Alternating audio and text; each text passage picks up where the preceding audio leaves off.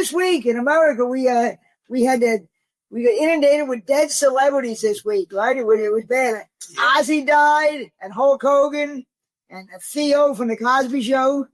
And then for old guys like me, Chuck Mangione died, for Christ's sakes. I didn't know anybody remembered Chuck Mangione except me. Chuck Mangione died. But I was thinking, if we're going to be mourning people like Ozzy and Hulk, what's going to happen if somebody actually important dies? What the hell are we going to do? If we're mourning these people, I mean, somebody important to them, what the hell are we going to do? The country almost shut down when Ozzy died. Something died. What do you think? How much trouble are we going to be in if somebody important dies? I mean, Ozzy and Hulk? I'm at a loss. I mean, all this grieving all week long has really really shook me. Most of the people grieving couldn't name 2 Black Sabbath songs. Or they could name the big 2. Gun to their head, they asked her to name 2 Black Sabbath songs. They couldn't do it. I promise you, they couldn't do it. But I mean, were you upset about Ozzy and Hulk or Theo and any of them? Yeah, I mean, as a Gen Xer growing up, you have Ozzy Osbourne, and I had some family members who were very religious. So the whole thing with Ozzy when he first started his career, the Blizzard of Oz album cover when he's has the crucifix in his hand and all this stuff and the Satanism. And so, I had this thing in me because of these certain family members that, oh my gosh, I'm going to go to hell if I listen to Ozzy. Yeah, that kind of stuff. We're all rock and roll. Then go to church with these family members listening to Chuck Mangione on, the soft rock station, which is now called Yacht Rock. Yeah, yeah.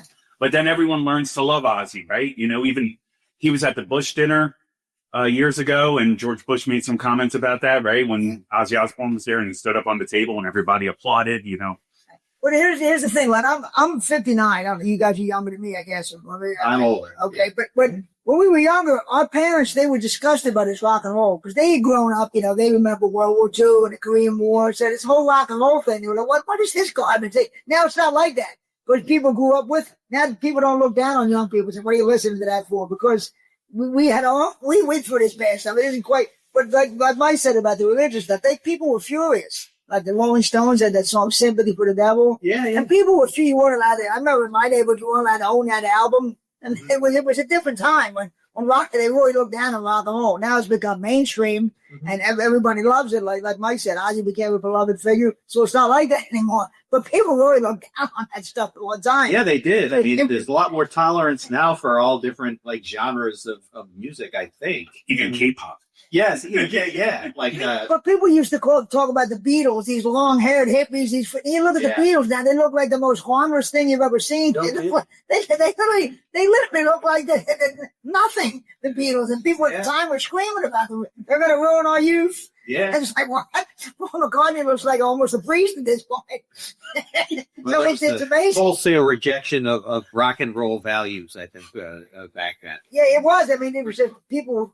Even Elvis, people thought Elvis had his problems, but people were furious about it. But that's not the way it is anymore. I was thinking about that. It's funny you said that because I was thinking about that. It's not that. I was never a big Ozzy fan. No, I wasn't. I respected the fact he was a legend. He upset icon, but I didn't biggest fit there.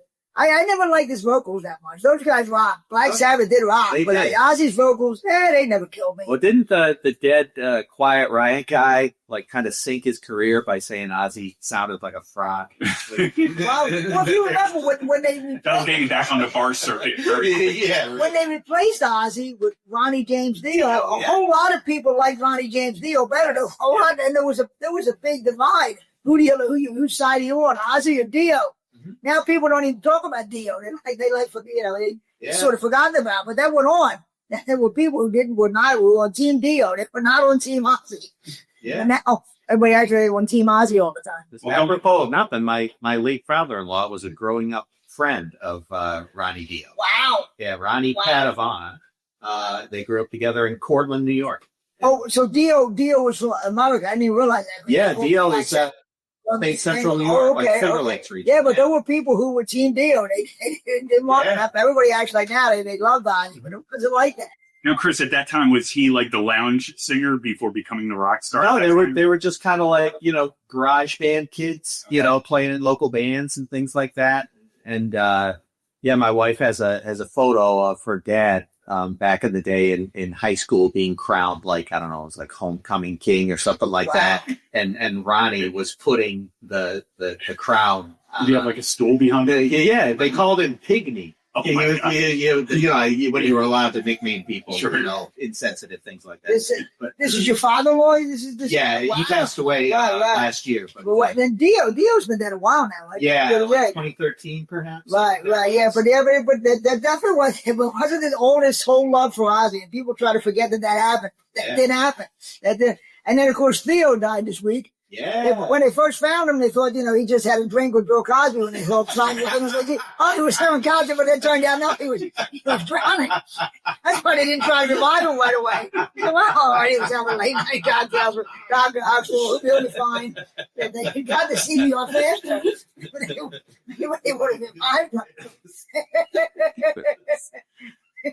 I mean, he's been, I don't know what, I guess he's been active in how he was on a Costa Rican vacation. Well, right? I had read that the rest of the cast of the Cosby Show was kind of pissed because when Bill Cosby had a scandal, a lot of the TV stations and things around the country yanked it off the Cosby Show, so they weren't making the residuals like because they weren't rerun it like they were. So a lot of the people in the Cosby Show were pissed off about it. I don't know if that got resolved or not, but I guess that would happen. I guess there was a lot of loss of money. I hadn't thought of that about the cast. Yeah. That makes sense. I was reading that the other day. It's a big family too. I imagine some needed the money more than others. Oh yeah, because you usually lots of times when you're in a sitcom and it's over, some of those people never work again.